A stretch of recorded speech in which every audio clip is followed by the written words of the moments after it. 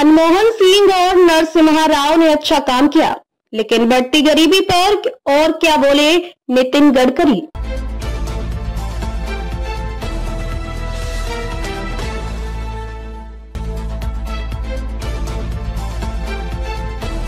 भारत की अर्थव्यवस्था तेजी से विकास कर रही है, लेकिन इसी के साथ एक गंभीर चुनौती भी खड़ी हो रही है, अमीर और गरीब के बीच की बढ़ती खाई।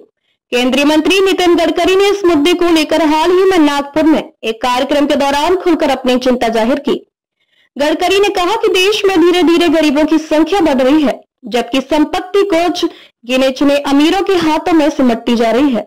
उन्होंने इसे आर्थिक असमानता का खतरनाक संकेत बताया और स्पष्ट किया कि अब समय आ गया है कि देश में धन का समान वितरण सुनिश्चित किया जाए।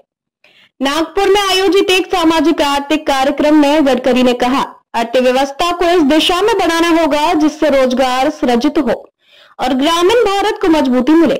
उन्होंने जोर देकर कहा कि केवल विकास दर से खुश होने का समय बीत चुका है, अब जरूरत है समावेशी विकास की। गडकरी ने स्पष्ट किया कि मौजूदा आर्थिक ढांचा सिर्फ कुछ वर्गों को लाभ पहुंचा रहा है। उन्होंने इस बात पर भी प्रकाश डाला कि ग्रामीण भारत, जो देश की एक बड़ी जनसंख्या का घर है, अभी भी आर्थिक रूप से पिछड़ा हुआ है। उनके मुताबिक अगर हम गांव को आत्मनिर्भर नहीं बनाएंगे तो शहर का विकास अधूरा रहेगा। केंद्रीय मंत्री ने देश की अर्थव्यवस्था के 3 प्रमुख स्तंभों कृषि, मैन्युफैक्चरिंग और सेवा क्षेत्र का विश्लेषण करते हुए बताया कि कृषि क्षेत्र, जिसमें 65 से 70% आबादी कार्यरत है, केवल 12% जीडीपी में योगदान देता है। वहीं मैन्युफैक्चरिंग का हिस्सा 22 से 24% और सेवा क्षेत्र का योगदान 52 से 54% है।